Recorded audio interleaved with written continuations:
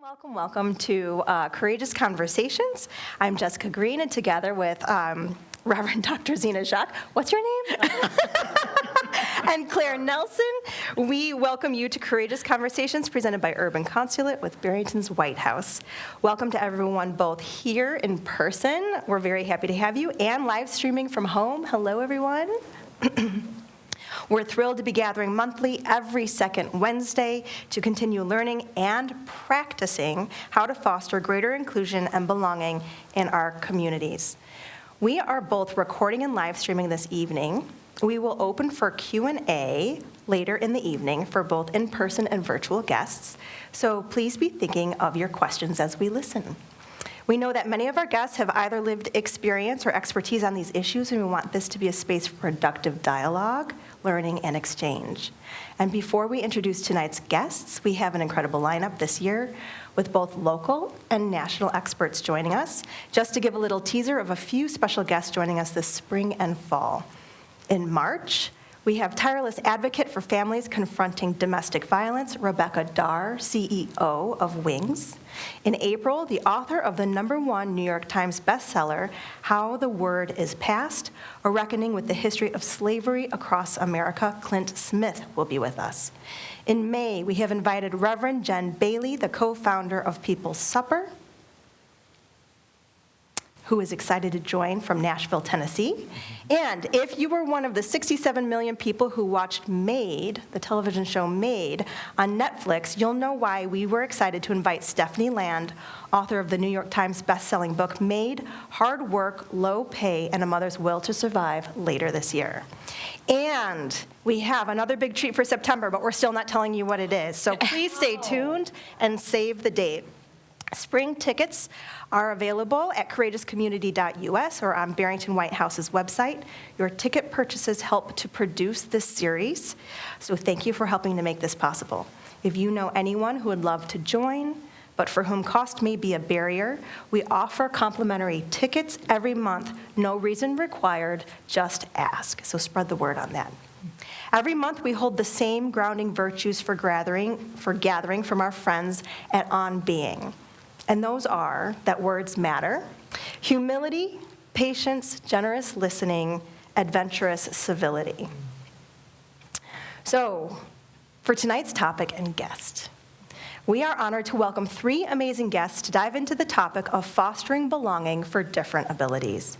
As with all topics that we cover here, we want to say that this 2 hours together is not nearly enough time to cover the depth and breadth of experience and perspectives on ability, disability, and neurodiversity.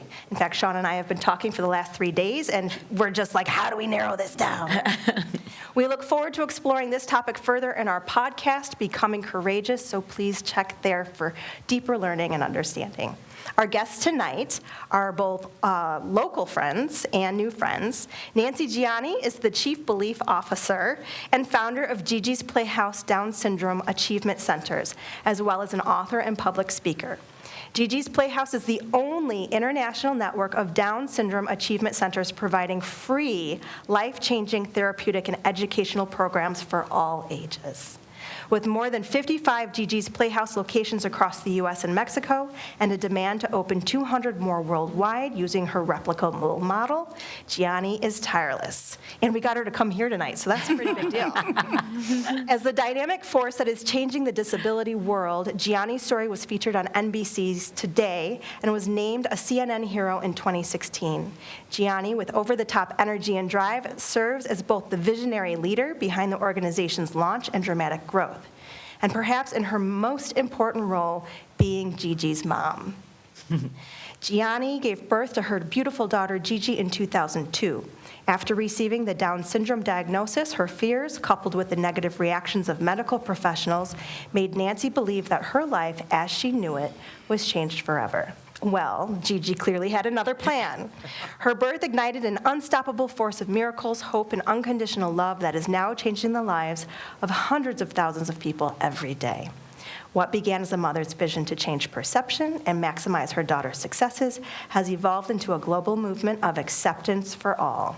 Gianni resides in South Barrington, Illinois, with her husband and their 4 children. Welcome. Thanks, Jess. Shauna Hallberg. Oh, yes. We'll give you an applause. It gave me goosebumps hearing it. I'm like, who are you talking about? Also, Gigi makes really good cookies, just so you know. Shauna Hallberg was raised in Barrington, Illinois, is an old pal of mine, graduated from Barrington High School in the same year that I did, and she also does way more important things than just know meat, right? Oh, yes. Okay. Shauna holds a degree in child development and a master's in clinical mental health from New England College. She currently resides in New Hampshire with her husband and 3 children, 2 of whom are disabled. She has worked in a hospital setting as a family resource coordinator, providing care for families with children who have chronic medical challenges, as well as those with disabilities. She is currently working to establish a community-based organization partnering newly referred parents to the special education system with established families. The goal is to provide support in understanding the complexities of the special education system, as well as fostering an open dialogue between families and the school district. Shauna is largely informed by her experiences within the autistic community as a parent to 2 autistic children. She volunteers in her free time as a parent advocate. She has worked tirelessly for equal educational opportunities for her 2 children, as well as supporting them in their daily lives. She currently works as a substitute teacher at her local high school, primarily in the special education setting. Welcome, Shauna.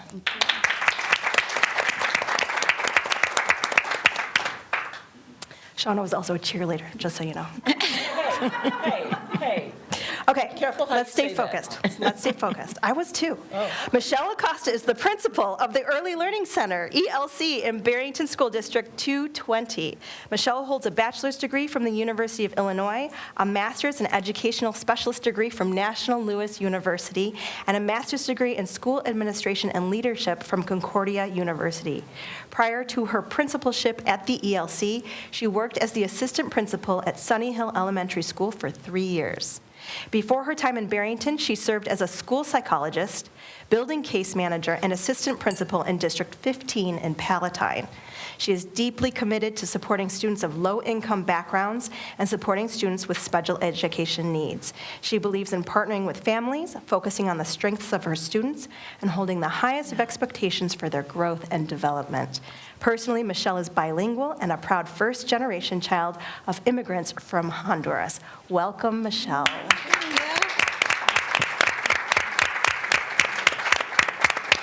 It's my pleasure to hand it over to Zena. Good evening, everybody. I was a cheerleader. I know that's somewhat hard to believe, but part of the reason I ended up being a cheerleader is because I was a 5'4", chunky 4th grader, 5'4", taller than 2 of my teachers. And when we went out to play sports, I was never chosen. And there's this feeling of your friends in the classroom who just don't think you can play dodgeball, right? You don't have the killer instinct to.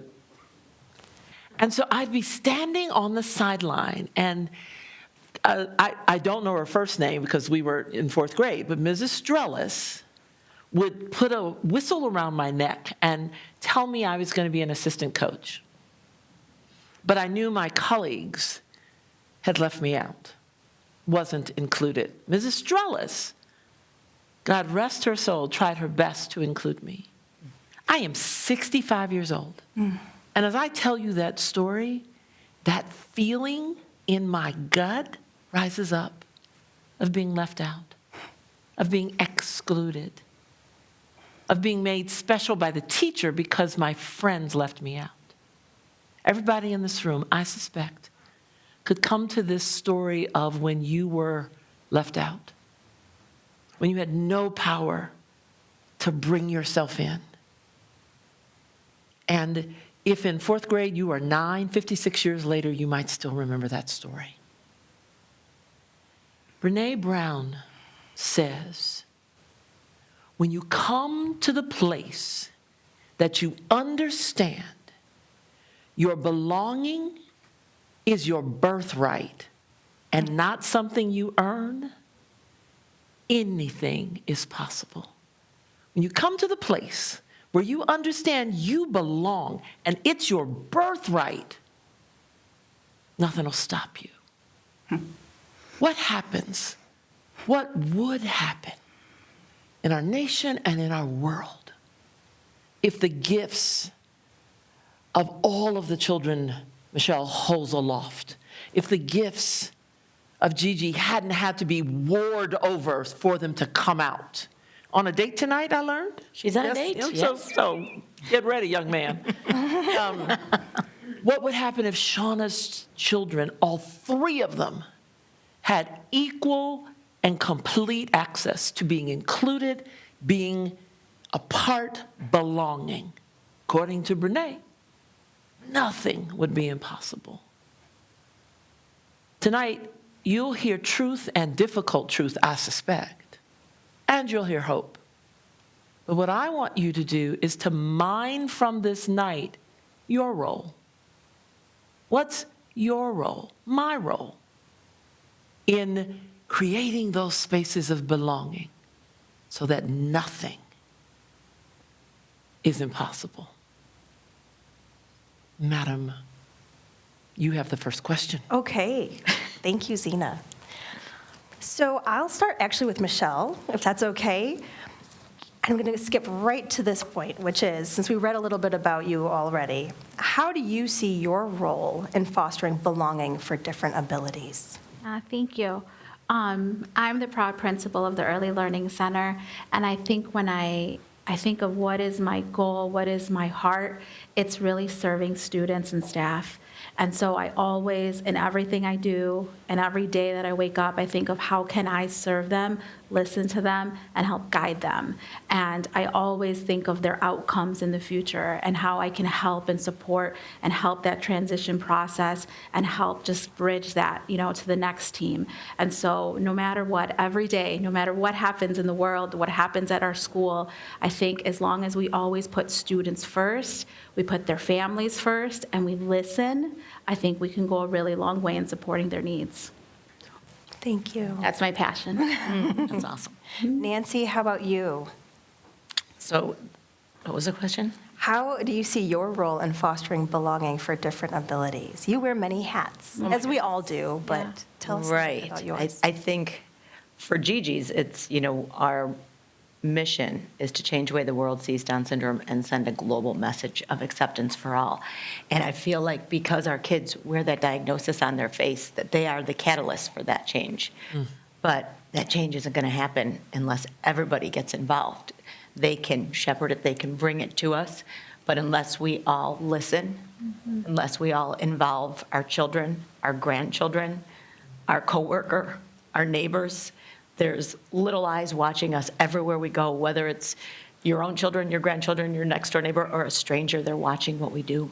They're watching how we treat people. And the world's not a great place right now. And I really feel like for people with disabilities, they're in a really bad place because they're being left behind once again because there's so many other things that are going on. So I think my passion in all of this is to empower our families, to continue to grow, to continue to find hope, to continue to give their children everything that they need to succeed in hopes that the world will be watching and will appreciate and will bring their kids to learn and learn what our kids have to offer this world, because there's so much that's out there. And the number one thing I want everyone, I think, that is here to understand is we're sitting here and we have kids with disabilities, but every single one of us in this room, out there in the world, is 1 second away from being different or loving somebody who's different. 1 second. It could be birth of a grandchild. It could be a fall off of a bike. It could be anything. Differences are a second away. And I promise you, you're going to want this world to be a place where your kids are accepted. So my goal is to just foster that acceptance and get out to as many people that we all belong here. We all deserve to be here. We all deserve respect. Thank you. Shauna. Okay, it's working. I was worried that it wasn't working. But I think when I think about belonging, you had said that Gigi wears her disability on her face, right? So I have 3 children. When they were all born, they had 10 fingers and 10 toes, and they came out perfect. And they're still perfect, but I have a lot more information now, and I didn't have that information for years. And so when I heard you say that we're 1 second away from knowing somebody with a disability, we already do. We know people in our everyday lives that we interact with that are not transparent in their disability because it's not safe to be. We know people who walk amongst us every day, whether they are our family member, in my case, my spouse, who live with a disability and aren't even aware that they live with a disability. And so when I think about fostering belonging, the first thing that actually came to my mind is, out of the box as it is within your own home. I had 3 children that, for all intents and purposes, appeared very typically functioning until they didn't. My children met their milestones, minus one of my children, and I didn't know that they were any different. And I parented them in the only way that I knew to parent them, and that was like everybody else. And when you do that, the harm and trauma you cause is profound. So when I think about belonging, I think about the importance of our actions not only outside of our home, but with inside of our home. And even with the understanding that when something seems unfamiliar, there may be more there than what we know. And so I'm just going to kind of pull it around to wrap this up. Be curious about what you're seeing and ask questions, whether that means of loved ones, of,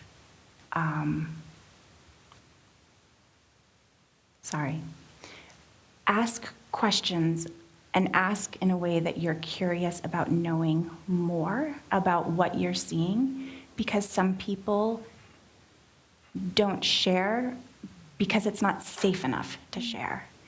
And I think the more that we're open and transparent and communicate about these things, the safer everyone will be to embrace their differences. Thank you. So one of our grounding virtues is words matter. And I just want to take a moment to talk about language, because I'm stumbling through my own language all the time. And I want to make sure that we're all clear on some basic terms that we'll be using tonight. So starting with you, Shauna, can you start by talking us through neurodiversity, since that is something that you identify with regards to your children? What does that mean? So To you? Yes, to me. So in my family, we are a largely neurodiverse family. And I'm going to use the term, I'm going to explain what neurodiversity is, because a lot of you have probably heard it, and many of you are probably like, that sounds great, but I have no idea what that means. So neurodiversity is just the natural variability of the human brain. So all it means is everybody has a unique brain, and the concept of neurodiversity is not a pathological one. It's just a natural variation. So there's a visual that's provided, the things that typically fall under the umbrella of neurodiversity are attention issues, which many of us are familiar with individuals with ADHD, learning disabilities, and this is broken down into dyscalculia, which is a math disability. Michelle will be very, very familiar with these terms, because the kids that have individualized education plans can have dyscalculia, dyslexia, and dyspraxia is a motor disability. And in this visual, as interesting as it is, it's a little not intuitive. All of the things below the different diagnoses are actually strengths of the individual, which is kind of cool. So Give us an example. okay, so I have a kiddo who has all of these except for acquired neurodiversity, which would be a traumatic brain injury. So what you were talking about with if somebody were to acquire some sort of injury. And Tourette syndrome, my kiddo doesn't have those, but my kiddo has every single one of the other ones. And ASC, this is actually, I think, pulled from the UK, because ASC is what we refer to as ASD, which is autism. Many of us know autism spectrum disorder. And again, mental health. So these are learning disabilities, attention disabilities, autism spectrum, which is a social variation, and then mental health diagnoses. So that is the whole umbrella of neurodiversity. So, I mean, when I look at that, I'm mind blown a little bit because there are so many things that are listed on there and many things that I feel like I identify with too. So, And I think that's kind of what I was saying when I said many of us know these people or are these people. I am one of these people. And I married one and I didn't know that. And therefore we have 3 neurodiverse children. So, I think just being cognizant that, a lot of people we walk amongst every day are neurodiverse. And that's why this is an important conversation. I really appreciate the graphic, and I hope everyone online can see it too. And everyone in the room has one in front of them. So thank you for that briefing on neurodiversity, which is a word that I really didn't start to hear, or at least be cognizant that I was hearing until you and I started to talk about this and you started to share about your experiences with your kids. So I appreciate you bringing that forward. Nancy and Michelle, I'd love to hear about how you are thinking and talking about ability and disability and what you feel comfortable with. Yeah, I think within the realm of education, we talk about disability. And I think sometimes we talk about it in a negative light. And I think I'm really passionate, and my staff is really talking about disabilities, is where are there areas of growth and where are there areas of strength. And if we focus our conversations on those strengths and where we're going to build upon, I think it's a more inclusive conversation around a table, and really, I think, Shauna, you said this earlier, talking about students' strengths and having their voice. I think it's so important to have a student, and for me, they're young, but we think about their interests, things that they like, and we build their individual education plan around their strengths, around the things they love. And we just have to have voice.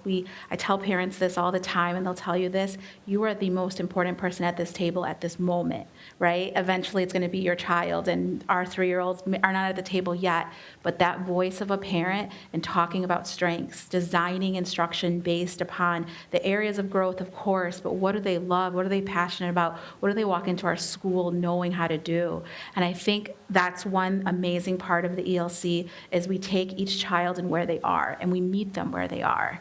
We don't have, this is the XYZ curriculum. No, where are they? And let's build upon that with our team and with their families. And so I don't want, it to be a negative thing. I think it's something that can be celebrated and should be celebrated. And we truly celebrate all of our students and are passionate about each of those students.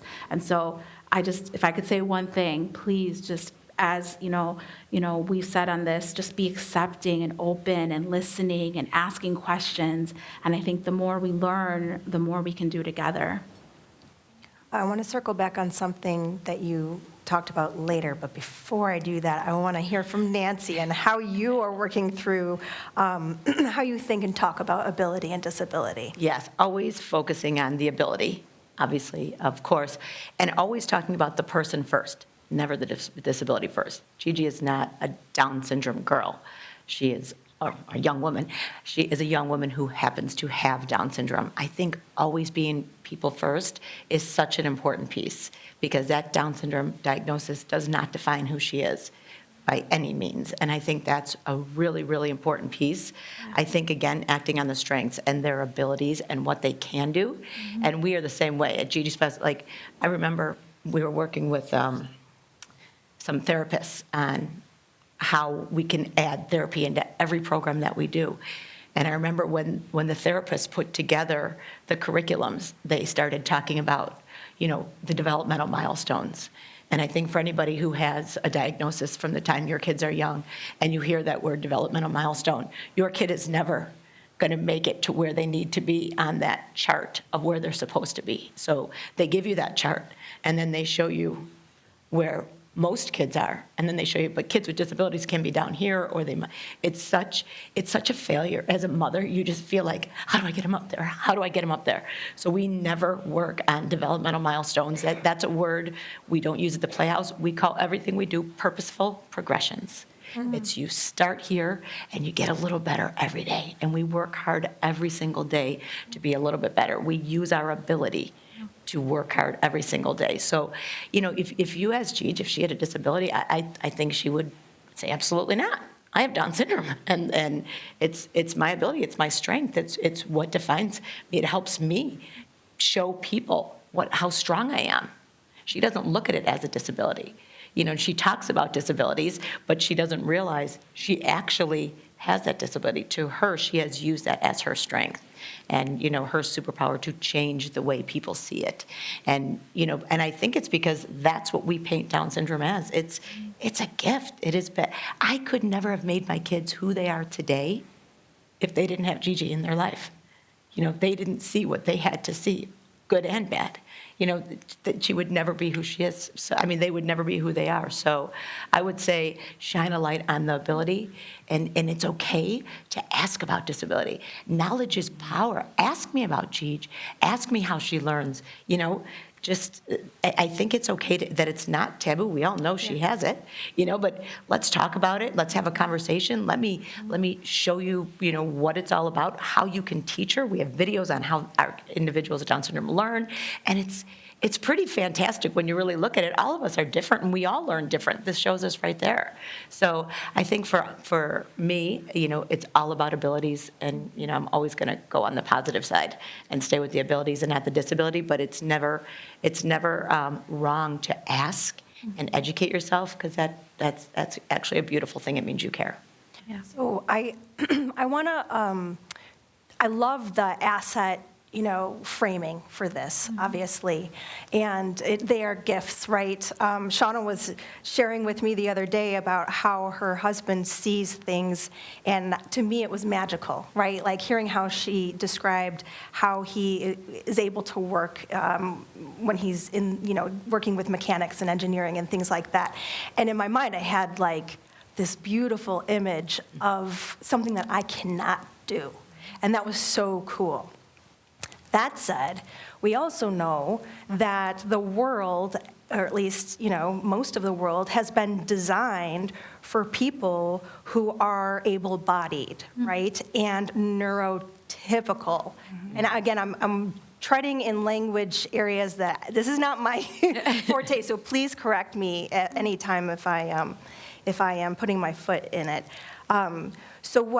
One of the things that I really love is the idea of course, you're going to lift up your child and support your child as much as you possibly can and foster the strengths, right? But what I've learned from Shauna is that these children and people and adults still have to walk through a system or a world that has not been designed for them. And that's where, Shauna, if you can expand a little bit more about how it is also, that is then, therefore, a disability, right? In order to navigate through that world. Can you talk to me a little bit more about that? So it's interesting, like we had said before, my kids' disabilities are hidden. You see them and you get a snapshot in time, and by all intents and purposes, they would appear typically developing. That being said, they have a wide range of skills. My son is gifted academically, but at the same time, his adaptive and functional skills are very impacted. What is adaptive and Oh, functional sorry. skills? So adaptive and functional skills are your like softer skills that come innately to many of us. Your social ability, your ability to orient yourself throughout the day in terms of sequencing of getting in the shower and then knowing exactly what to do when you shower.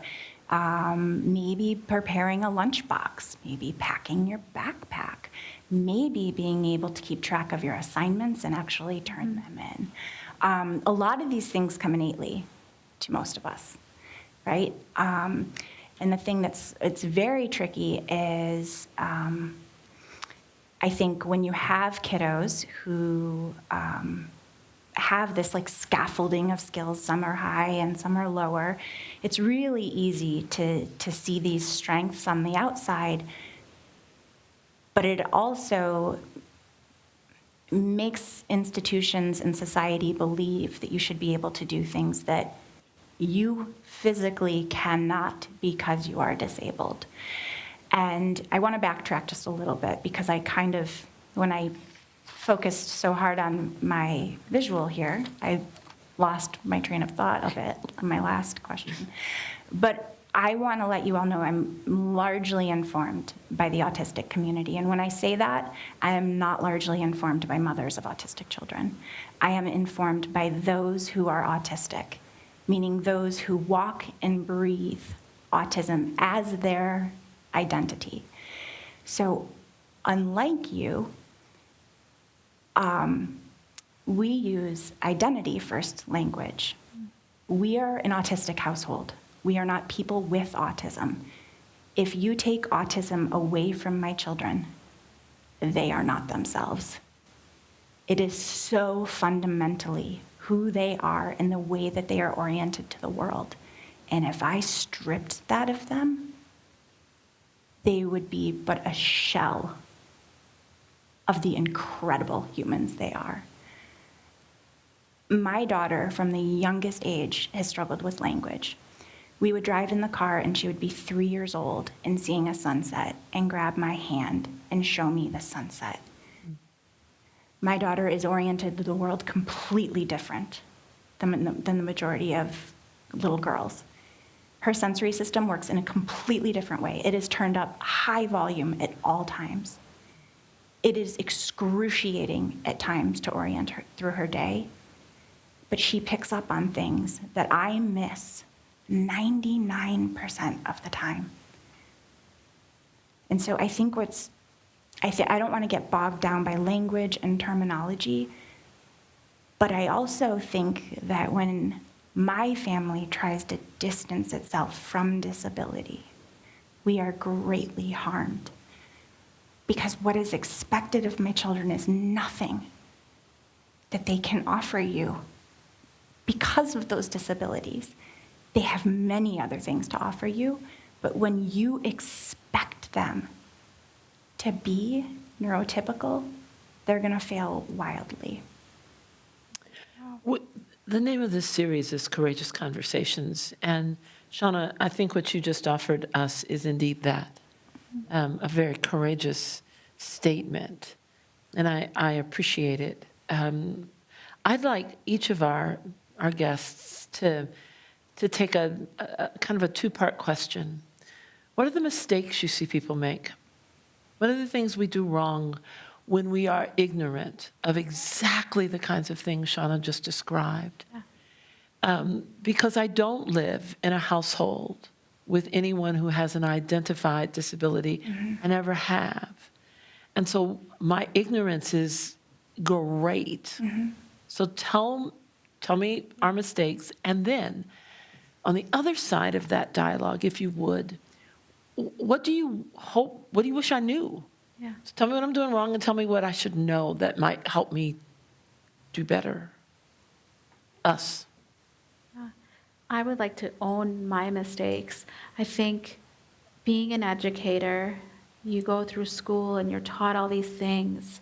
And I think when you're at a table with families, I think sometimes we make the mistakes that we are the experts of everything. And yes, we are there to support, and I am extremely deeply passionate, and my staff is deeply passionate. But I think we are not the experts of that child. That child is an expert of themselves, and that family is an expert of that child. And so when I say you're the most important person at the table, you are. We have to work together. We have to team. We have to partner. Because how can we build the best success and progress if we're not listening? And so I think that's a mistake. And we literally just talked about that, but that's a mistake we've made. Like, it's a team. And it's a team, and we have to partner, and we have to bring all of the pieces to really benefit that child, and that's our goal. So I think that's our mistake as educators. Like, we just have to empathize. We have to put ourselves in other shoes. We have to listen, and really have this dialogue. And sometimes they're really hard conversations, but the best things come out of really hard conversations. So just to listen. What do we do wrong, Nancy? I think there's two things.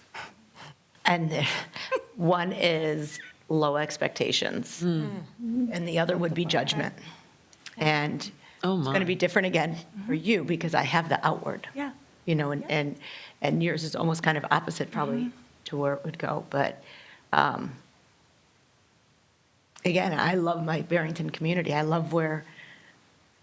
is my place. This is where my kids grew up. This is where my kids went to school. And it's where I have the most painful memories of how Gigi was treated in many different situations by people.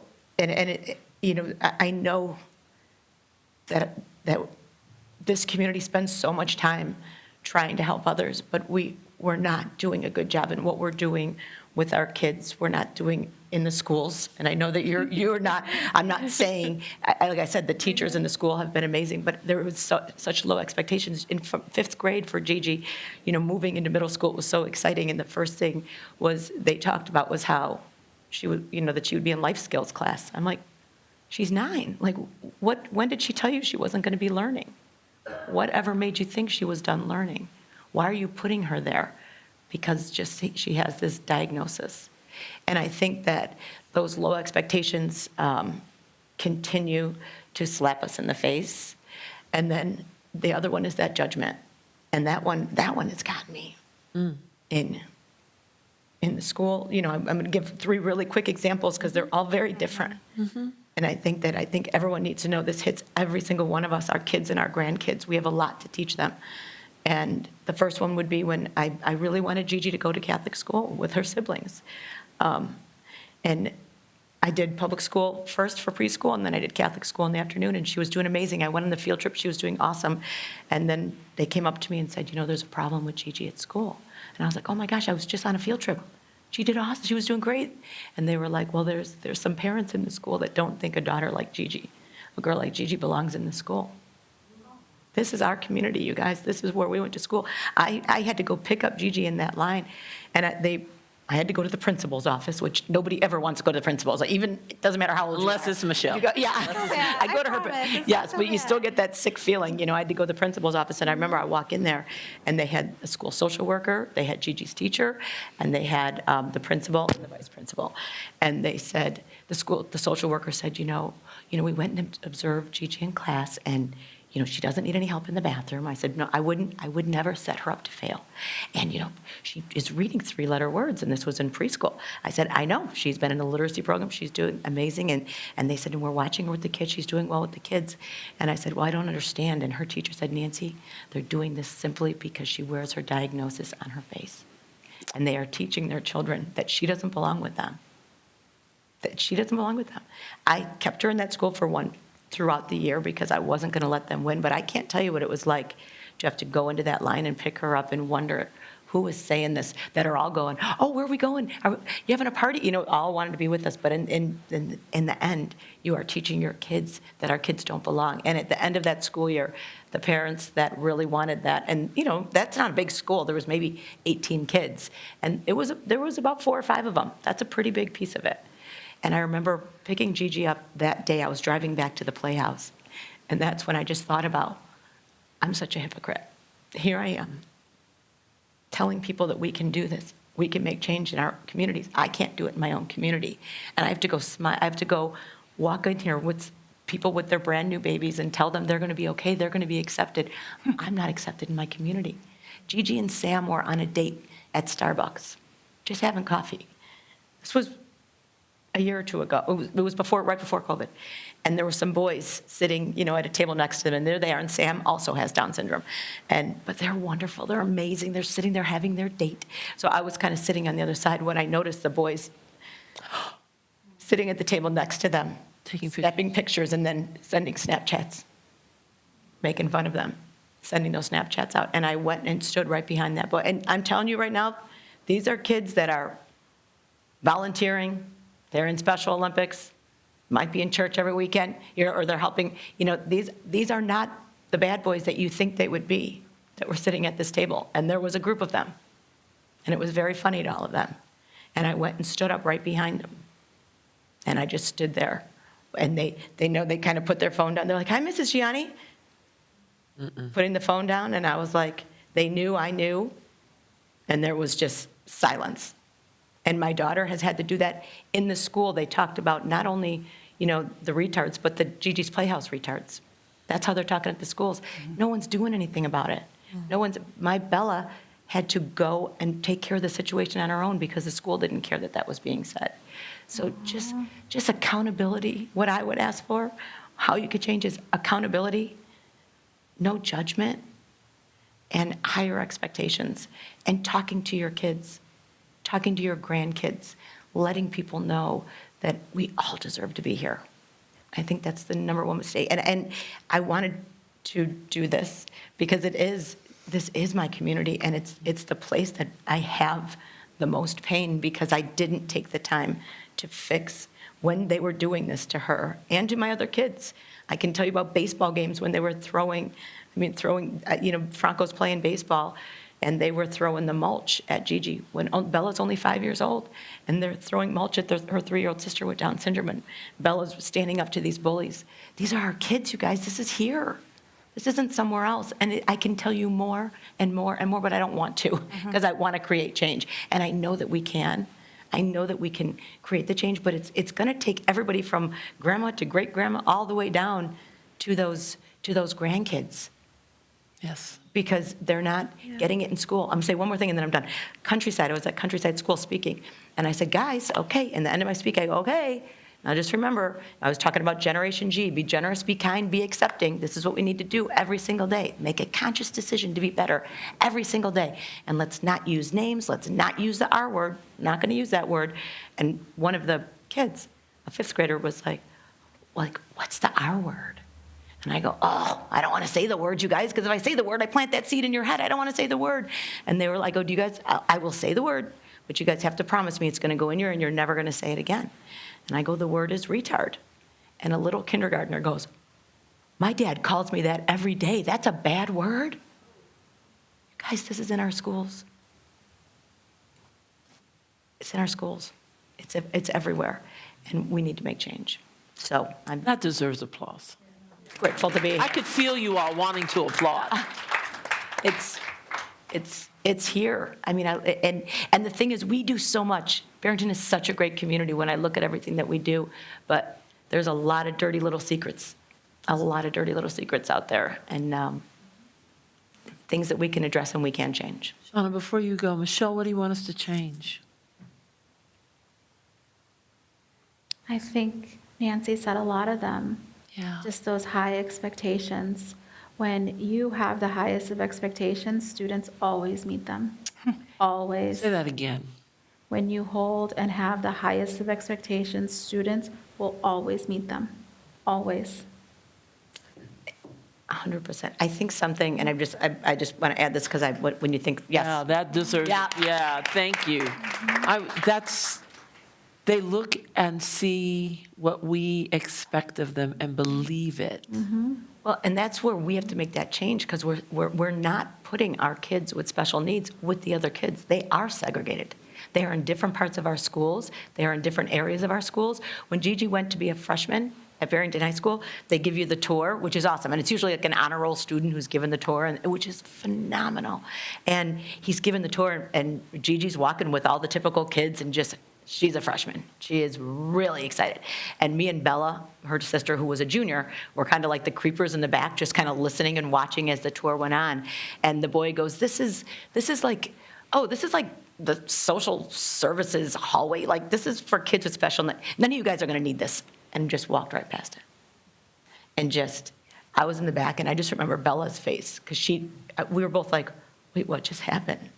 And Bella looks at me, she goes, Mom, please don't. Like, she didn't want me, don't blow up here, Mom. Like, this is my school. Like, I'll handle it my way, but you can't blow up here. But my kids had been telling me that there's a separation. So we're teaching them that they don't belong with us. And that's where it comes from. Like I said, the teachers have been amazing, but it's the way that they are set up in life and separated that is causing the other kids to not welcome them. Shauna, what do we do wrong? What should we change? Oh, okay. Do we have a year? So I am going to say that institutions are not set up for people with disabilities. And I see that when I go into Target. I see that in the education system. I experience that even finding a summer camp for my children.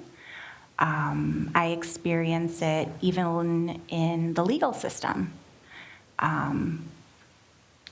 I not only have had to stop working because I wasn't able to parent my children and give them the level of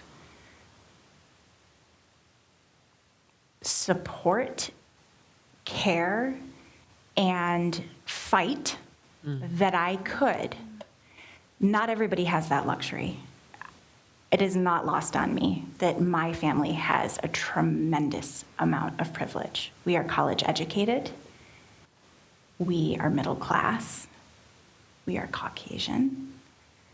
We live in an area where there are institutions that can meet the needs of my children.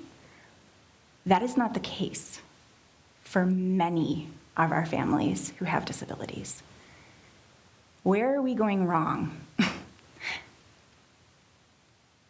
We are not set up at all to be equitable in any institution. I'm sorry, it's such a big question that it's really hard for me to decide where to put my focus and energy. I will just say that I spent 4 years of my life working to get my children an appropriate education, which meant moving, quitting my job, litigating, and now my children are in specialized institutions. The amount of people that have that ability is so minuscule. I am blessed beyond belief. That's all I can say. Thank you for your personal stories. Yeah. Very much for sharing that with us and being vulnerable with us. And yeah, there's a lot to think about. Thank you. Mm-hmm.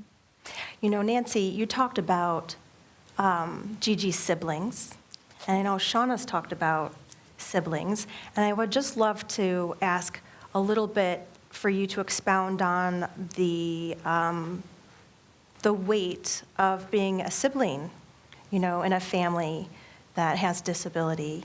And you came up with this really cool idea. I thought maybe you could share it with us.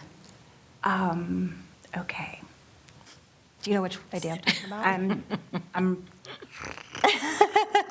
about? Okay, I'm thinking it's probably a siblings program of some sort, or is it the mentor-mentee, or, hold on, I don't. Well, you were talking to me about and you said this in our pre-call, just the toll that, it can take on the sibling that does not have the disability. And Shauna, you mentioned about Yes, having like. I'm remembering. Okay.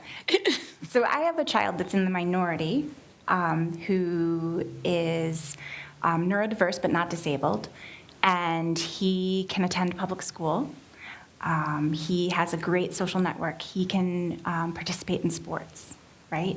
He can go to the local barber shop and get his hair cut, right? He can manage braces in his mouth. We were in an environment for 15 years where he thrived. Thrived. He was killing it. His siblings were not.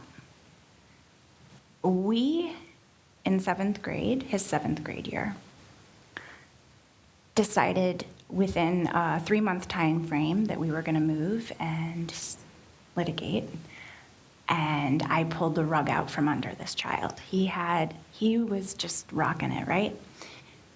And not only is he isolated in our family because he's in the minority and his siblings are different than him, it's already his siblings get an immense amount of attention, an immense amount of support. My middle child, I know the least because he demands the least. Mm-hmm. That's a hard pill to swallow as a parent because we don't have a lot of time. And now he's in high school. He moved and COVID happened. He was stripped from everything that was familiar and safe for him because of his siblings. COVID happened, and it's hard enough to move in middle school and start all over again. But then COVID happened, and so now he just started 9th grade knowing nobody. And there is not a day or a moment in time that he has not thought that was the right decision.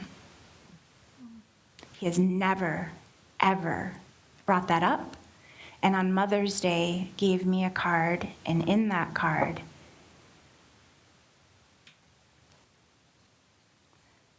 said, "I see what you're doing, Mom.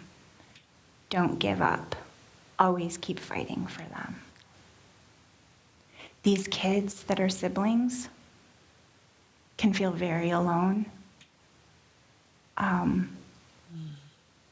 Their world is not like everybody else's, and they don't share it with everybody else, rightfully so. What 9th grader, what 7th grader, what 6th grader, what 4th grader thinks that that's going to make them accepted or cool? It's just, again, just something to kind of gnaw on and think about in these families as another challenge. Thanks. So you were mentioning about having some kind of a support system for siblings. Sorry. With regards to, no, that what you shared was important. Okay. But I think you demonstrated why, one of the other things that we can do as a community is be supportive, right, of the family as a whole, right? And create spaces for children who are having similar experiences in their homes to be able to relate with one another. Yep. I mean, I come from a divorced family, and I remember when we were growing up, there was a program at our school for kids who, were dealing with divorce. I thought it was pretty amazing. Now, none of us admitted outside of this group that we came from divorce situations, but when we were together, there was some vulnerability and there was support, and I knew deep down that, these people had some common threads to what I was going through. So when you brought that idea up to me and then you demonstrated why, the burdens that are being carried, I thought that that was something really cool that as a community we could also get around. So thank you for sharing that. There's a kind of thought floating around about growing up and your middle child and how he makes these transitions, and that's the word that's stuck in my head, transitions. Michelle, I'm very curious. When you release these people whom you have loved and nurtured into the world, are they safe? When they leave the ELC, are they safe? And then Nancy, when you watch Gigi, 19 is, in their mind, grown. So is the world safe for her? What's next for her? So what's next for these people, full human beings fledging into the next place? Yeah, absolutely. That is part of like the hardest part of our year is the transition process, because we're so worried about the next steps, because we take such care and love in getting to know their strengths, building upon those strengths, and then it's another school, or we transition our students to all the elementary schools. We know that they're cared for, we know that they're going to be provided their services, but we know them so well, and so we hold them in such high regard and those high expectations. And we really, like I said earlier, we meet them where they are. We meet them where they are, and we grow and we grow and we grow together. And so it is scary. Even in my time at Sunny Hill, when we would transition our students to middle school, it's like, oh, they feel they're so safe and loved and wonderful here, the next step. And I'm not saying the next step is not good. It's bad. It's just scary. And our families, they tell us that. They're like, we're not ready for this transition. We feel so at home at ELC. We feel so at home at Sunny Hill. And we're just nervous for the next transition. So I do think they're safe, but I think we need to continue to improve. And I think that's one thing at the ELC. Every year we continue to improve that process so that we're listening, that we're voicing, the concerns of the families and working together and building upon those strengths. But it's a scary process that, it's not perfect, and we need to keep growing at it.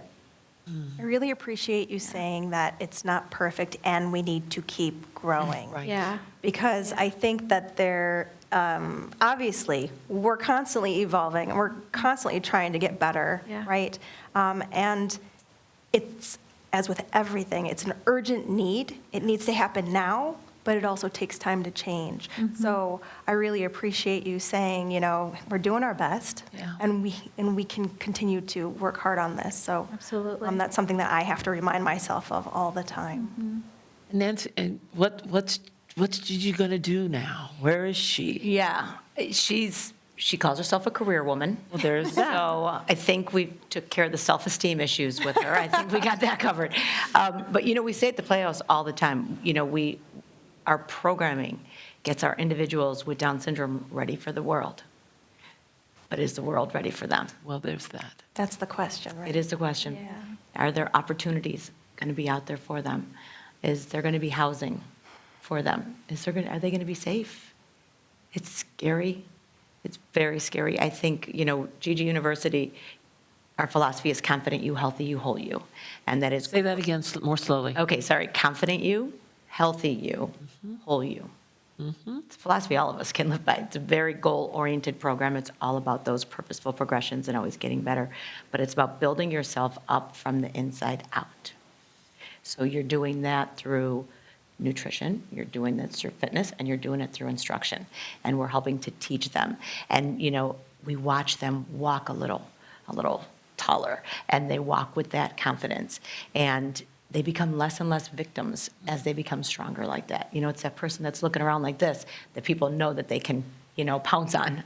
And I think growing them up, giving them all the abilities that we can and building them up, that confident you, healthy you, whole you as a person is the biggest gift we can give them. But again, is the world ready for them? Think about and again, this is specifically from Down syndrome, the average age, individuals with Down syndrome just in the 80s used to only live to be 25. They're now living to be over 60 years old. So there wasn't programs, there wasn't these opportunities that we need to get out there because they are living longer. And we're seeing with programming like Gigi's, they're using their brain more. Gigi Fit is something where they're building their bodies and using themselves more, using their bodies and their brains more. The number one killer in our kids is Alzheimer's. And in fact, we're going through, isn't that something? 90% of our kids will get it in early onset, which is why our programming is so important. But like right now, we're fighting because there's a new treatment, an amazing treatment that's going on, clinical treatment going on right now for Alzheimer's, that we are fighting with the Centers for Medicaid and Medicare because they want to exclude people with intellectual disabilities and with Down syndrome, the number one killer in our kids, and they don't want us to have access to that treatment. And we fight this every day that you can terminate a baby with Down syndrome up to 9 months because because they have Down syndrome. There's so many things, organ transplants. At Christmas, we lost another baby because that baby couldn't get a heart transplant because they had Down syndrome. So it's those things that are holding us back, that are holding our whole population back. So that's when I say, is the world ready for them? The world's kind of being told they don't matter. That's what's being implied, that they don't matter. So why would the world give them these opportunities? So are they going to be safe? For me, it's, that whole Generation G, getting people to accept them, opening up opportunities, hoping that they're going to happen. Watching Gigi as she wants to take an Uber, she wants to be doing her thing, she wants to be free, and knowing that we gave them those tools, but is the world going to be safe for her? Right. I worry all the time.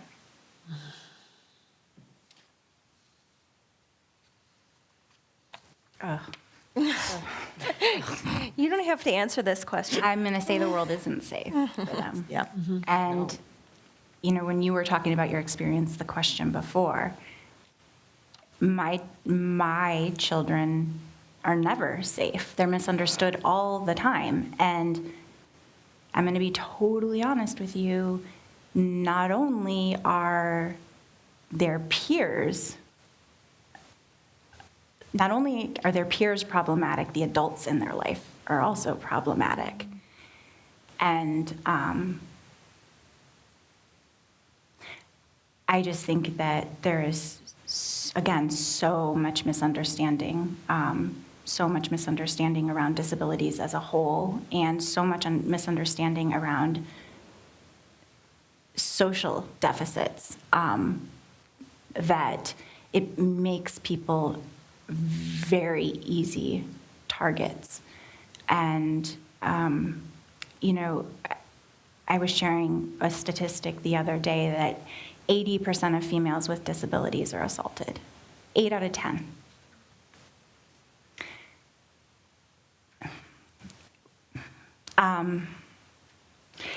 This population is at such a disadvantage in the world. And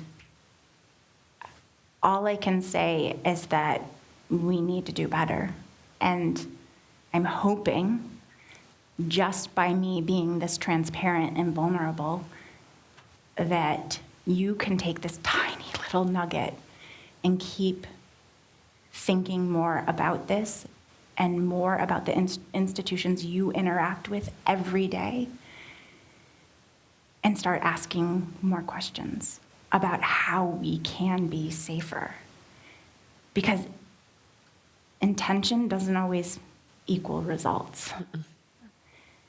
And none of the people that my children have interfaced with have meant to harm them, but some of the ones who they have been in their care have been the most problematic. And it is for parents like us to think about not being connected to them and letting them out in the world. It's terrifying, because even under our roof, we can't keep them safe. So I'll leave it at that. Are there places where you find hope? Where are the places we can look for hope? In institutions that are autistic-led.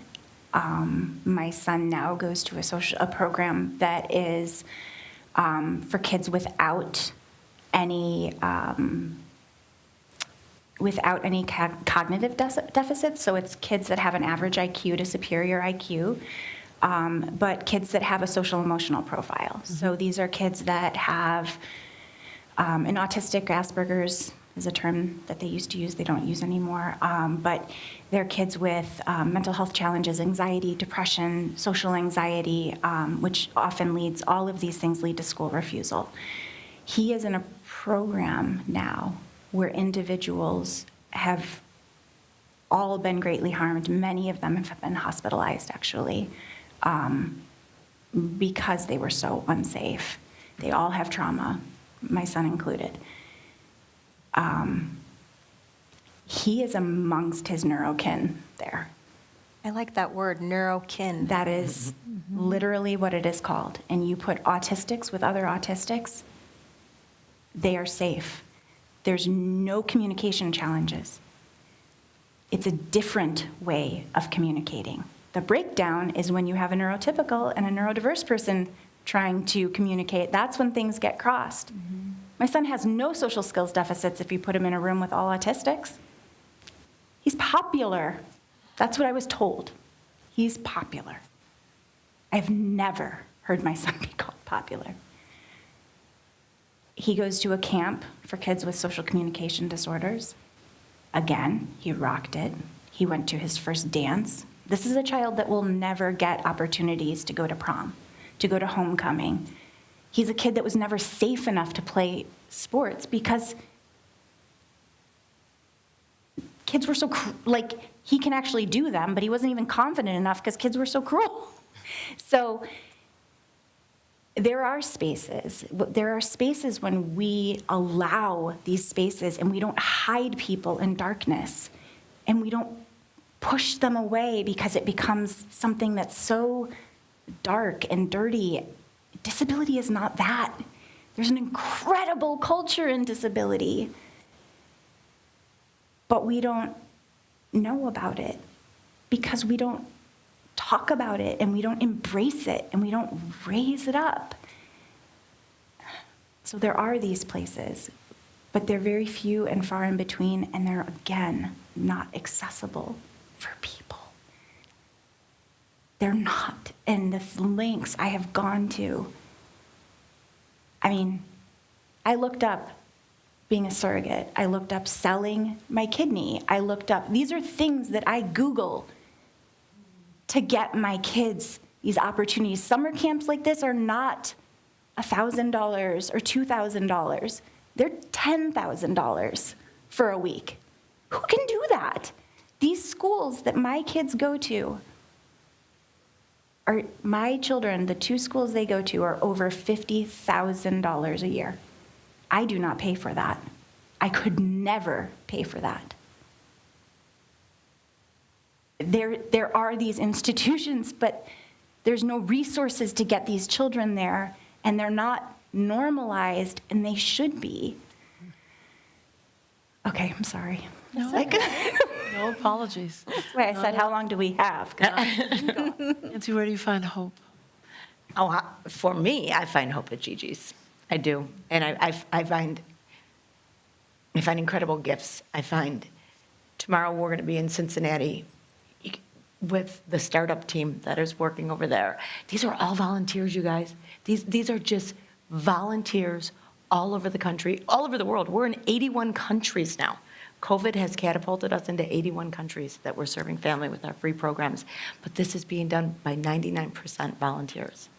That's hope to me. I walk in there and they're, they send me emails. They're so happy that I'm coming. I'm like, you're happy. I am grateful that you're here to serve your community and give them that place of hope, that place that's safe, that place for that pregnant mom, that the rest of the parents, 70% of the people are terminating those pregnancies where she can go and see that hope. She can go and see where her siblings are going to be. She can go and know her kids are safe. And we do have many siblings, and we also have a lot of dual diagnosis with autism that are in the playhouse, and it's so safe. And so many times when we have families that say, he's usually covering his, and in here he just knows he's safe. It's just a safe place. And everyone asks, what is that energy? What is it that you feel when you walk in Gigi's? It's pure acceptance. It's elation. Any of our events, if you've ever been to any of our events, the celebration is so real because you're only there because you 100% accept us. That's why you're there. And it's a feeling like no other. You can't bring it any other way. It's just pure acceptance, and it's absolutely beautiful. And I find that and it's brought on by communities. I mean, think about this. Barrington was the first community to start this. We started it here and now scaled it to 55 locations. That's why, to me, this is where it all started for Gigi's. We're now, this community, because of this community, we're serving families in 81 countries. Maybe if we can figure out this acceptance piece, how do we get to another level? Maybe it could be us doing it again. Maybe we could be that model of pure acceptance to spread out there again and get not only all across the country, but to all across the world. I mean, that's that safety that we need. And whatever we can get out of from each one of us, whatever we get out of tonight, whether it's big, little, or we come together and figure something else out, that we could get it out to the masses. Because I do believe that's how change happens. It happens with that ripple effect. It starts with just one little thing. This community has heard me say this countless times, that the theological definition of hope is the confident expectation of the coming good. The confident expectation of the Love coming that. good. When you look that up in the dictionary, your picture ought to be there. Goodness. Where do you find hope? Absolutely, at the Early Learning Center. I would say approximately 60% of our students have disabilities, and they're embraced and celebrated. And I find hope in our students. I find hope in where they're going next and all that they're going to accomplish. That's my You hope. talked about a student coming back who wanted to help. There was one of your graduates who came back. Tell us about your Oh. program. Right. Would you talk Oh, a little yeah. about that? Well, that yeah. I just, that lives in me. Well, I mean, Gigi. So in our Early Learning Center, we have students in the Barrington Transition Program where students go after high school to prepare for post-secondary education or post-secondary jobs or just post-secondary life. They come to our school as a job site, and Gigi actually came last semester. And so it's so wonderful. They call her Miss Gigi, so, Yeah, she was that was her, she'd get in the car, they were like, they call me Miss Gigi. I'm like, well, I won't be doing that, just. Yeah, it's wonderful because students are placed at our school as a job site. And so what's fascinating and wonderful is that my littles will look up to them and they see that's going to be me. I'm like, they just get this joy and love of, oh, Gigi or all of our students, that they can come back and work in our schools. And then the students that come back and work, they're like, I started off at the ELC and I get to be in a classroom helping the teacher that was my teacher. And so seeing it full circle is just so wonderful for my littles and for obviously the bigs, and that they can be so proud that they came from the ELC. So it's a really nice collaboration. It is. Love it. Fabulous. We're going to take some questions. And I know there's some we didn't get to, so Yeah, so if there aren't any questions. we've we'll got keep some more. Yeah, we've got more. Thank you all very much for sharing with us. And this may not be a fair question to ask of you because you are all youth-focused. But when you talked about acquired neurodiversity, would that include things like dementia, Alzheimer's, things of that sort? Oh, interesting. Good question.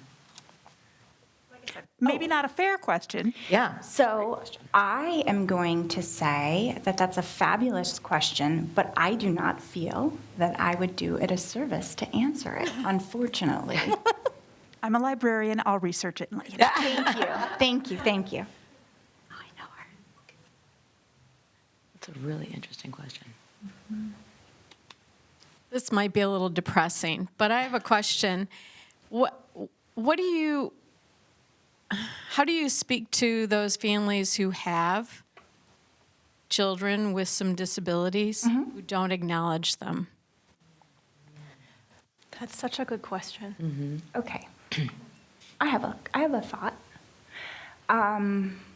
Okay, so this is my thought.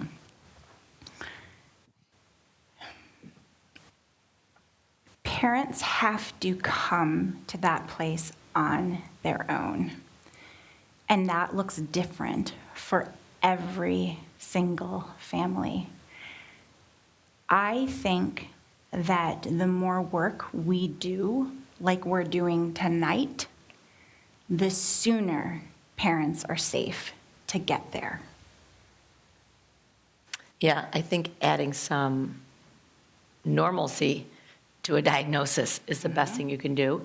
And when I have a family and I can see maybe that there's a dual diagnosis or there's something else going on with that child, I try to share stories, kind of plant that seed of past people that I've known and that when they realized something was going on, how much better the parent's life got and the child, because their issue was being addressed.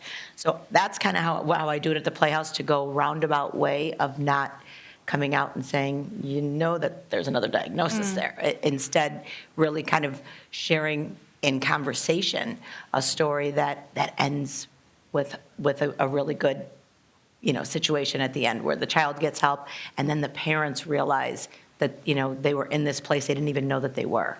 And it's denial. It's really where it is. And I think I wasn't thinking about it as somebody who has the lived experience, but for me, when I see things, I speak about my story in hopes that there will be some understanding that that this road is okay to take, this journey is okay to take, and that looks different to everybody. But we're always just information seeking, and if we get more information, we don't have to be wedded to that information. We don't have to attach ourselves to a label or a diagnosis, but getting information is one of the most profound experiences for a family. So I think, again, even if it's somebody who feels safe with you, bringing up what happened tonight. I don't know if that's appropriate given whom you're thinking, but I think having open conversations is probably the best way to get people to be aware and feel safe and feel understood. Can I just say something to that question? I think that question's really awesome because I feel like I have been somebody who has been very slow to come around to believing some people in my life who have shared with me that they have disabilities, that neurodiverse things that they have identified with. And I'm like, you're fine. You just don't have enough confidence, or we just got to work on this, or we just got to work on that. And over and over and over again, different people in my life have said, no, really, this is real for me. And so Shauna has really helped me in her stories for me to see that now and to understand, like, even if I can't see it, that doesn't mean that it isn't real for that person. And so that is something that I have found, to your question, Linda, is believe the person who is telling you. That something's up. Yeah. And acceptance of a 24/7 diagnosis, acceptance of something that someone's going to have for the rest of their life, it's a tough nut to swallow. And it's a lot of, whether, like with her coming later for her kids, or Their with diagnosis. Gigi at birth. Yeah, like it's literally, it's devastating. Like, you never think that something like that can happen to you, and when it does, it's devastating. And I would never, Gigi's the love of my life. I would never say anything else, but I was never so afraid. I thought I willed it on myself because I've always, loved kids with Down syndrome. So I thought I did that to my family, and I brought this into my family. And it's a really scary thing, because when all you know is that, people don't want kids like this, people terminate this population, people, they don't have opportunities, it's scary to know that that's what you're going to have for the rest of your life. So there's a lot of grace, I think, too, that needs to go with people who are coming to that realization that they might have a life-altering, life-changing situation, and it takes time. It takes time. And I think that it could, that person, people might see it, and it's just not their time. They're not feeling that strength yet that they can address it, that they can come out with it, that they have the right people that they're going to do that with. And it's going to eventually happen, but I do think it's going to happen because of open conversations and things like this, where they're going to feel safe, and it's going to happen then. I have a question here from online. It says, now with so much knowledge and expertise on your children and their unique strengths and needs, is there anything you would have done differently that you can share with other parents? Or, part two, a success that you feel that you did very right that you could highlight for parents and educators? Okay, so I'm going to say one other thing, piggybacking on something that you just said that kind of goes in line with this, if I can keep my thoughts in a forward trajectory. It takes a long time to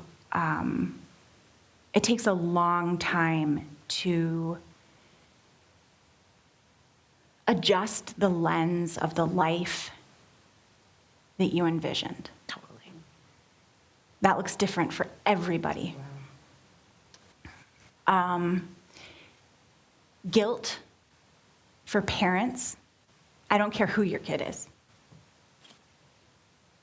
I always say, like, when they come out, I should have gotten a guilt stamp, like literally. And that is like a unanimously like part of the human experience of raising other human beings, right? Then you add on this news that is completely like rocks your experience of what you thought your experience would be in the world. Then you add on the stigma around disability, right? So you take that guilt and you add in the stigma, and you already have been told by the world that there are certain expectations as a parent. That is like a soup for an immense amount of mental gymnastics, right?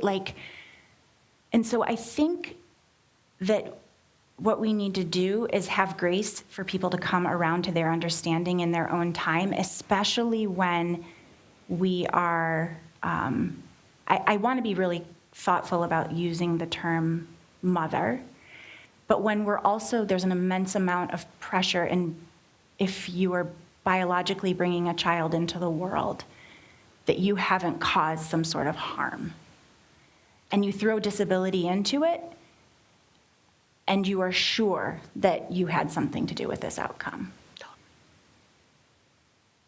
That was what I needed to share about the piggybacking. And now I've completely lost my train of thought of what the other question was. What have you done right? Oh, okay, yes. Or what would you have done differently? Okay. Now that you have so much knowledge Okay. about your child Okay, for educators Yes. and for community members Okay. and those of us who need to know how to do this stuff. okay, so it's always easier for me to see what I've done wrong. Okay, then start with Nancy. Okay. Well, I go there too, but I've done way too much to mention. And so I will start with kind of maybe the advice that I give to other parents.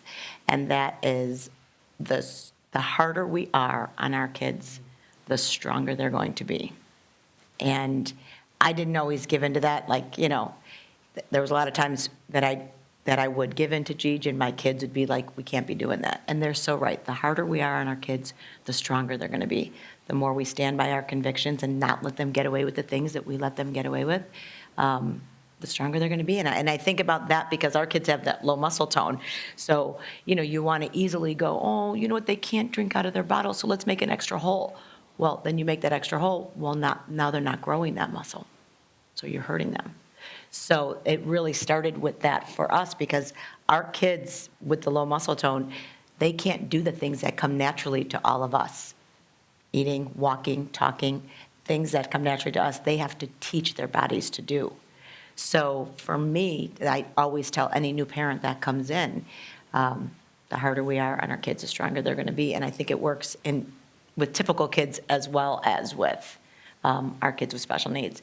And because I feel like, and again, I'm talking Down syndrome, so I don't know if you have that same thing there. Ours is with the low muscle tone, and they're so damn cute, you give into them.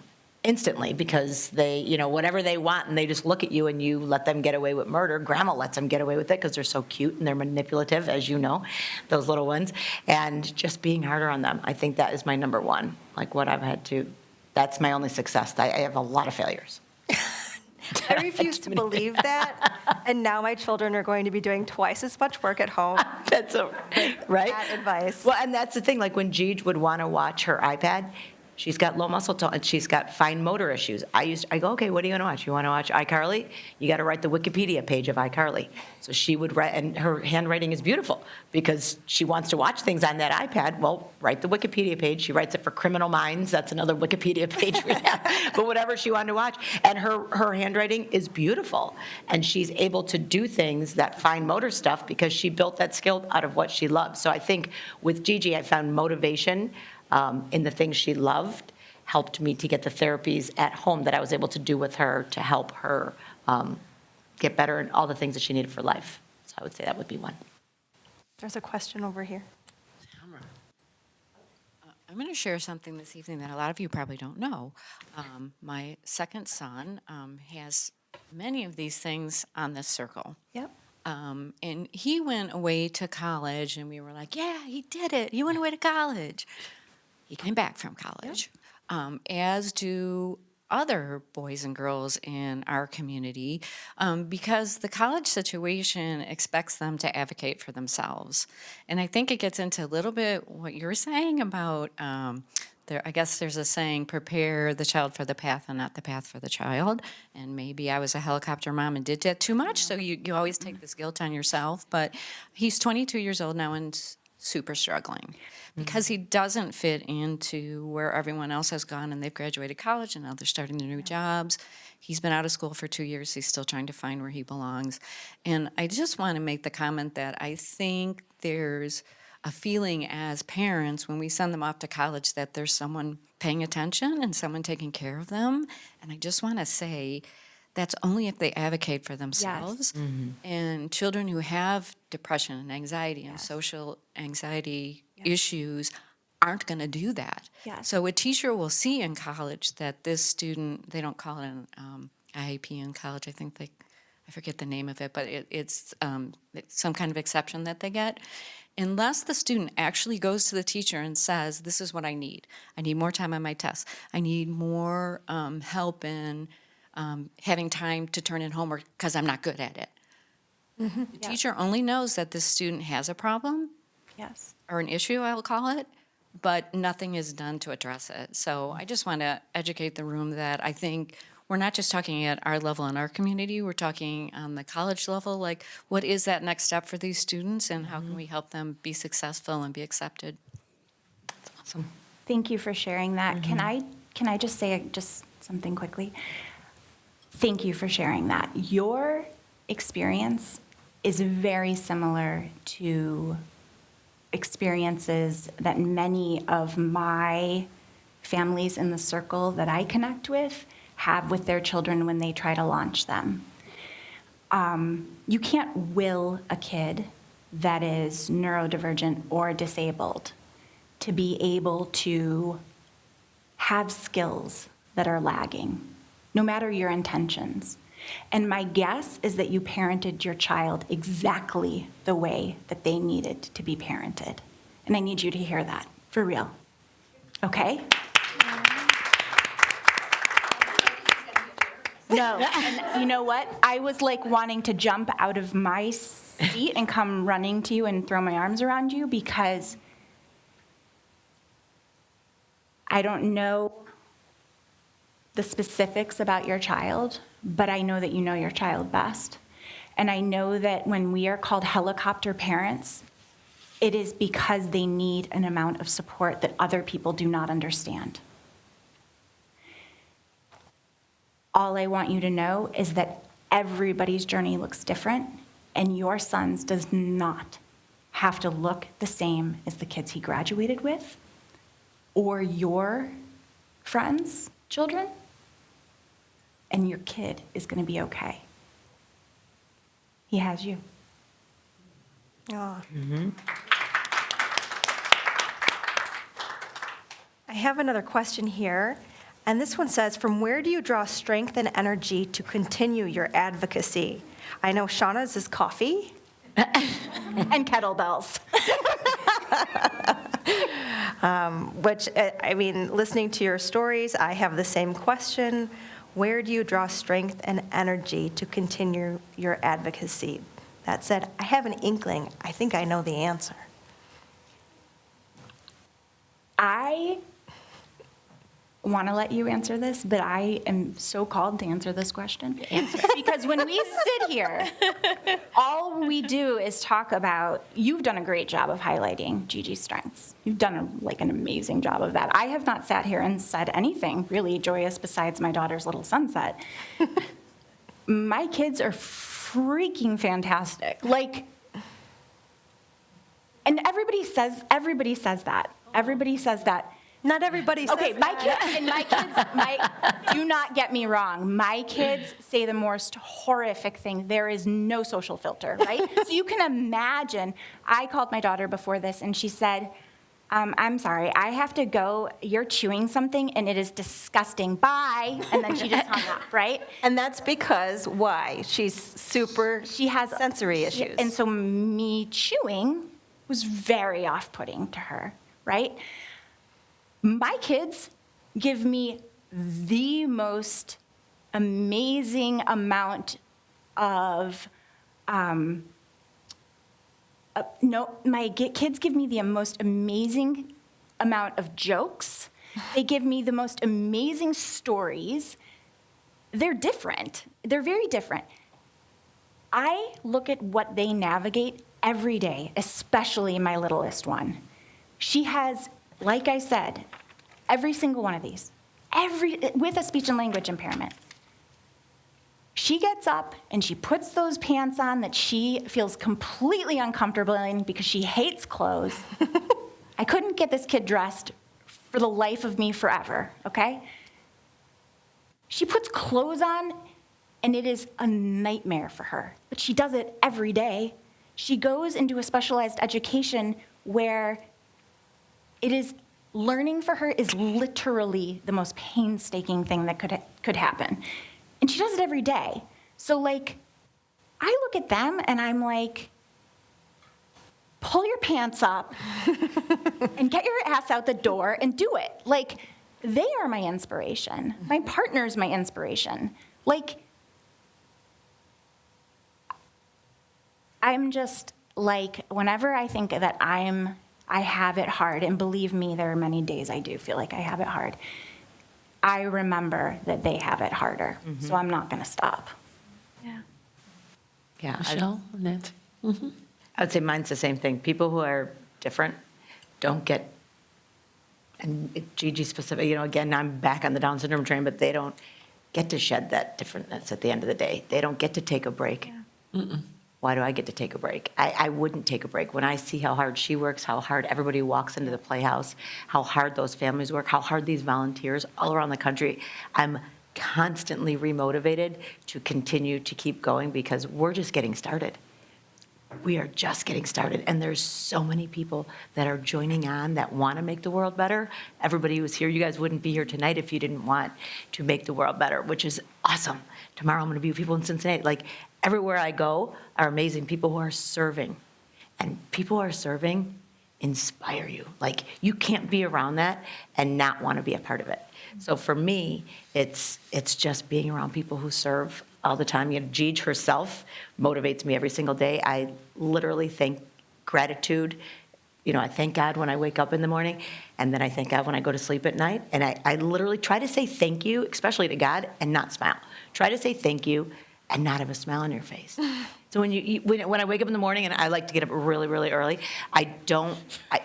really early. So I don't ever let, before the first breath I take anything, it can't be like, oh my God, I can't believe I'm getting up. It's like, thank you, God, what are you bringing me today, brother?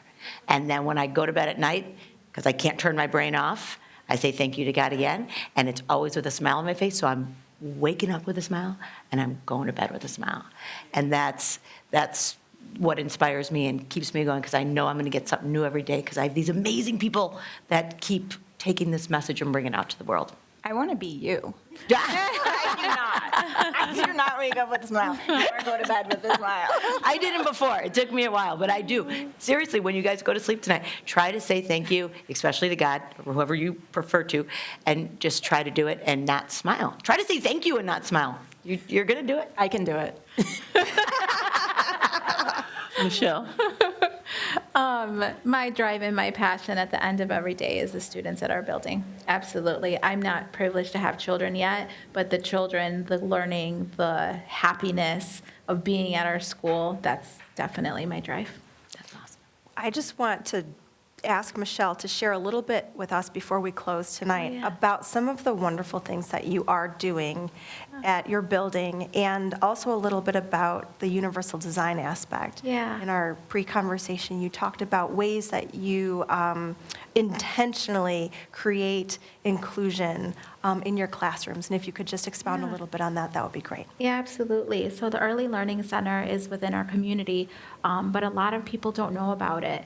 And so I'm constantly going around to the community to talk about it. But it's a wonderful early childhood program for students of disabilities or students that have areas of need that we want to continue to foster.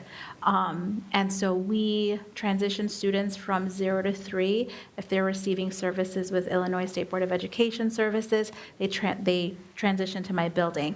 We also have 5 or 6 developmental screenings where we assess and we learn about families and we learn about students, and then that's what gains entry into our program.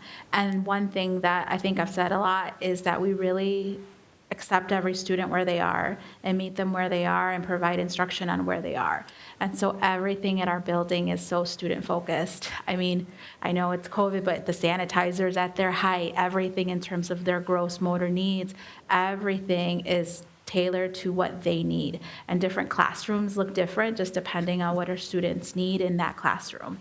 And so every year is different at our building. Every classroom is different because it's really about the students within the classroom and how can we guide them and how can we support them and who they are. So it's a wonderful place, so please tell everybody you know about it. And, you know, it's different than other elementary schools. They have to be accepted into our program. And so we have our doors open, and we'd love to have more preschoolers just to give them that foundation before they go to kindergarten and just keep building those strengths. There's a question. The person says, I struggle with correct or accepted terminology of folks with disabilities / special needs. Can you help me? What's appropriate? And maybe, besides the R word, what's inappropriate?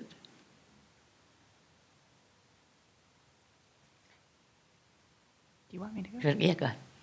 All I was going to say is no wonder it's confusing, Yeah. right? Like, so confusing. So, you know, she is saying that it is person first, and I'm saying, well, no. It's identity first. Okay, so you got in 2 mixed messages, and she's saying, you said earlier, push. We need to push. In the autistic community, when we push, that backfires really bad. So I think to answer that question, I think, again, we ask a question. Yeah. Right? Like we say to them, what type of language do you use? It's confusing to me. Some people say identity first, some people say people first. Again, I'm not the disabled individual. My kids identify with being disabled. They identify as autistic children. If you asked another family, they may say, whoa, you know. So I think that's a brilliant question because I think it needs further digging. I'm clear you have all taught us tonight that we have to speak from the perspective of the person, and it's not our perspective. Yeah. Yes. And so to be able to say, I'm learning and I want to be respectful. Yes. Would you share with me the language you'd like me to use? Love it. Yep. I mean, you know, that's an honest response. Yes. Well, and that's what I said, like, knowledge is power. You know, it's just the fact that you're asking means you care. And we don't care if you muck it up. No, Like- because we muck it up all the time. Yeah. Look at us. Yin and yang. There is no We're here right. to confuse you. You know what? We're just so grateful if a typical parent, asks about our kids, that means they're going to talk to their kid. Yes. Thank you, God. Like, that's what we're looking for. So it's okay. There is no wrong word if you're doing it for the right reasons. Exactly. Yeah, we'll take anything. Yeah. We'll take that conversation as long as we know you're passing positive, Yeah. talking about our kids to your kids. I think that's amazing. And I think we talked a little bit earlier as parents, your world gets really small. Your world gets really small. So we liked being talked to because then we're like, oh, somebody has an interest. Because a lot of people are scared, right? They don't want to get it wrong. They don't want to say the wrong thing. They don't want to make us upset, And I said to Jess on the way here, it's like a death. A lot of people don't want to bring it up because, shoot, that's going to really upset them. There's nothing I want more than to talk about my dead loved ones, right? Like, that is like the most healing thing in terms of grief. There's nothing I want more than for people to, even if they ask me a question that comes off really hard for me to hear, I would They're rather asking the them be question. asking the They're asking the question. question. Yes. So I have a comment from somebody who's watching online who said she wants to share as a mom who spent 5 years with 2 kids at ELC. Don't be afraid to be that mom who is quote unquote difficult. Advocate, advocate, advocate. Totally. Or go to another school or ask for an emergency IEP meeting. Don't be embarrassed. Then she said, I thought my children were behavioral problems, and it took me forever to just appreciate their strengths. Michelle, how do you make the parents and teachers learn how to appreciate their gifts? I think having open conversations and just being open to listen and to celebrate and to focus meetings, not on, we have like everything that we have to get through. Like, start off with strengths and start off with listening to parents. And I think if we do that, we can go a long way. I think sometimes in my most challenging conversations, if I just am quiet, if we just listen, I think it goes a really long way, And I think with some of my families, I always want to talk to them ahead of time and just understand what they're going through, try to understand their goals, where are they coming from? I don't ever want to surprise a parent. I don't want to ever say something at a meeting in front of 100 people, something negative about their child. Like, if you take the time to build relationships with families, get to know families, listen to families, it goes such a long way. And then we can really do the partnership that we really want to do. I love that you use the word partnership because I really feel that is key to supporting, your child. It's the idea that the family and the educators are working together to support, this person who is evolving. So thank you for using that language and for doing that at your school. Last question, and then you've got the floor. Oh, dear. Okay. Okay, what is one thing that your child has to teach the world around them? I know you've got multiple kids and all, and but maybe one thing that you really stands out for you.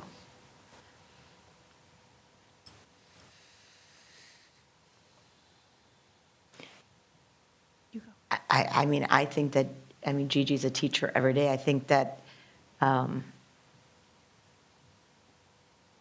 her gift is just being her and showing others how amazing her is. And that, I think she inspires parents with new babies with Down syndrome because there's so much negativity that is around that diagnosis. And to see that they can flourish and be an amazing young woman, I think is probably her biggest gift and the one that she wants to share with everybody as a career woman that she is becoming. Miss Gigi. Miss Gigi. Well, she calls herself the Gigi. She's Miss Gigi to the kids at ELC, but anywhere else, when she gets introduced, she'll be a speaker somewhere and she'll be like, the Gigi. And we're like, Gigi, stop it. Definite She's articles the are Gigi. good. She has great confidence. Great. Shauna? Their gift? Is that what you're asking? I'm sorry. It says, well, it's a really long question that Okay, just- deserves more time, but Go ahead. for me, I'd like you to say one gift, one thing that they have to teach the world around them. Okay. Jeez. Just one. Okay. The first thing that comes to mind is my children, because of their social differences, are truth tellers, whether you want them to be or not. Okay?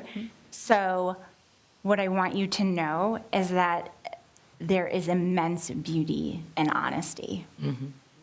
And I will tell you the other thing is that autistic individuals are literally some of the most nuanced thinkers that I have ever come across. And without them, we would not have a lot of the technology, a lot of the science, a lot of the incredible things that we have today. So I think, really honoring and holding space that this is a population that really deserves our respect. Thank you. Real quick, one more time before Zena gets the floor. Michelle has a fan club online. And Go, Michelle. I am so thrilled to share that multiple people are saying, I just want to say Principal Acosta does an extraordinary job. That's from Hector Tapia. And Cynthia says, I second Hector's comment as a principal of one of the schools that receives ELC incoming kinders. Oh, Go, girl. That's awesome. Yay! That's awesome. It is not easy to be a parent or an educator in today's climate, and so we want to thank all of you very, very much for doing the work that you're doing and being the truth tellers that you are and being the advocates that you are. So thank you so much for coming tonight. Zena. Wow. What'd you learn tonight? Just shout. What'd you learn tonight? Sam, I see your eyes sparkling over your mask. While Sam is looking. Somebody, what'd you learn? Resilience. The power of motherhood. The power of motherhood. You've been over here intoning all night, Mr. Likey. What did you learn? I could hear your voice. I learned that we need to have more males at this kind of Agreed. Didn't I tell you? So already tonight, I said you and Mr. Nelson were the only two here, but I said, well, Pierre has a lot of female energy. I said that earlier. So I wondered, because there's a little book, the title of it is Oneness. It's edited by a guy named Jeff Moses, and he takes the 6 largest religions in the world and offers wisdom from those religions under rubrics. Oneness, Jeff Moses, it's lovely. One of the rubrics is the divine is in the heart. And so in the 6 largest religions of the world, he pulls out sacred scripture from each of them to point to the fact that divinity lives within. So if divinity is within the heart of every human creature, who are we to deny any human creature their fullness in being? So you go from this place tonight having seen that made real in the stories of these moms and this principal. So the next time you see someone and you wish to speak against them for any reason, know that the divine is within that heart. And if we're going to change the world, maybe that's the first thing we have to see. Good night, everybody. Thank you. Thank you.